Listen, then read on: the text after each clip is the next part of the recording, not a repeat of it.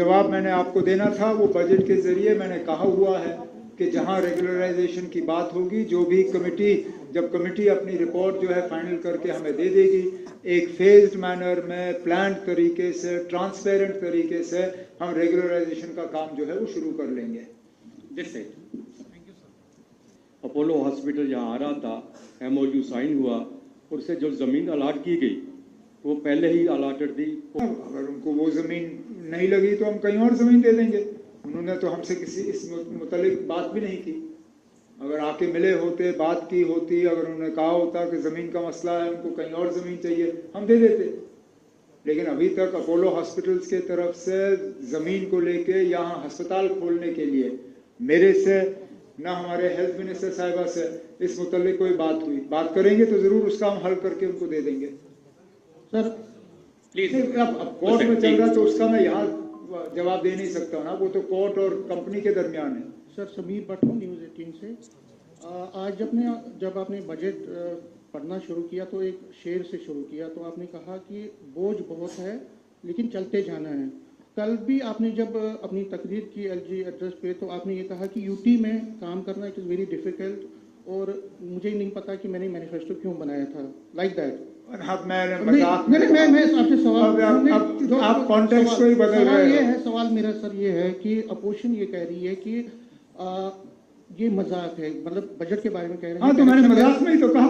आपसे सवाल, मैंने तो हंसते हुए कहा। चैलेंजेस बहुत हैं। देखिए, डेलीवेजर्स का चैलेंज है, आपको प्रोमिसेस में जो गैस सिलेंडर्स देने हैं, आपको इंडस्ट्रियल डेवलपमेंट करनी है, आपको आप सवाल कर रहे हो या तकरीर कर रहे हो ना? मेरा सवाल ये है कि आप किस तरह से आगे करेंगे और अपोजिशन की जो बातें हैं उनको क्या जवाब देंगे? ऑपोजिशन का काम क्या है वो उनके नाम से ही तो पता चल जाता है ना। They are called the opposition for what? Because they have to oppose. आप कुछ अच्छा करोगे वो उसमें भी खराबी निकालेंगे। उनका काम है ना, उनकी मजबूरी है, क्योंकि जहां हम बैठे हैं वहां पे वो बैठना चाहते हैं लेकिन अभी तक बैठ नहीं पाए। तो इसलिए हम जो भी अच्छा करेंगे उनकी आंखें बंद होंगी। अगर हमसे कोई कोताही हुई, कोई कमी रही, उस चीज को वो उछाल के पेश करेंगे। लेकिन ये कोई बड़ी बात नहीं है। हमने जितना किया इन 1-1.5 साल में, शायद ही ऑपोजिशन उम्मीद कर रही थी कि हम करेंगे। उनको तो लग रहा था कि पहले दिन से हम कुछ भी नहीं कर पाएंगे, लेकिन कतरा कतरा हम अपने वादे जो हैं पूरे कर रहे हैं और करते रहेंगे। इसीलिए वो बौखला गए हैं, इसलिए हर चीज को वो बड़ा चढ़ा के पेश करते हैं। मैंने मजाक के तौर पे कहा कि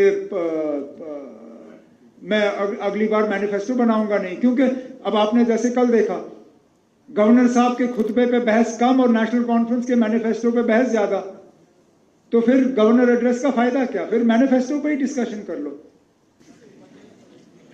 ना। मैं इस सवाल का जवाब दे नहीं सकता। एक तो ये आउट ऑफ सिलेबस होगा और इस सवाल का जवाब शायद मेरे पास है भी नहीं।